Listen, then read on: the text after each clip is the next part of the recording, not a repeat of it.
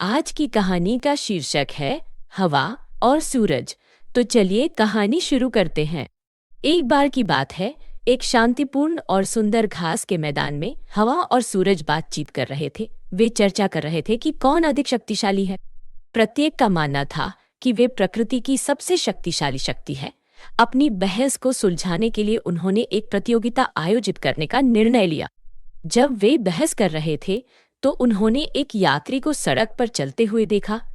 यात्री ने गर्म रहने के लिए मोटा कोट पहन रखा था।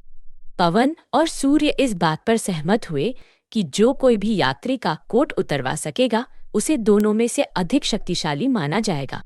पवन को अपनी शक्ति पर भरोसा था और उसने पहले जाने का फैसला किया। उसने अपने गाल फुलाए और पूरी ताकत से फूंक मारने लगा। उसने पेड़ों और घास के मैदानों के बीच से सीटी बजाते हुए हवा के ठंडे झोंके भेजे।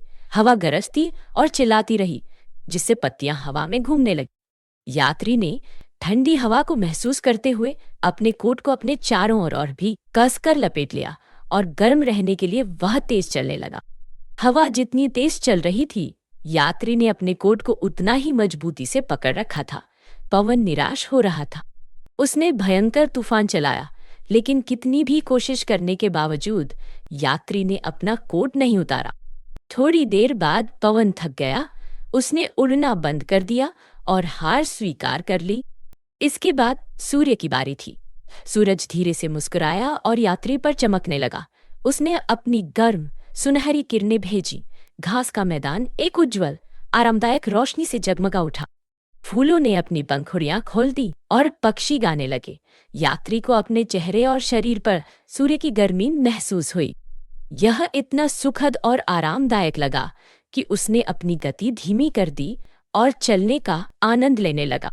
जैसे जैसे सूरज चमकता रहा, यात्री के चारों ओर की हवा गर्म होती गई।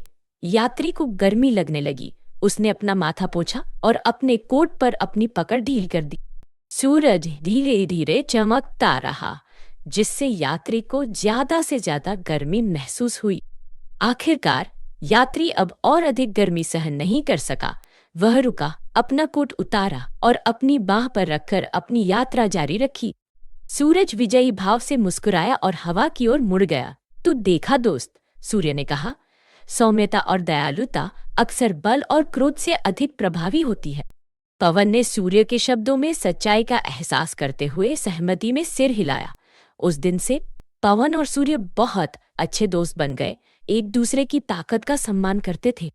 तो दोस्तों, इस कहानी से हमें ये सीख मिली कि नम्रता और दयालुता वह हासिल कर सकती है जो ताकत और गुस्सा नहीं कर सकती।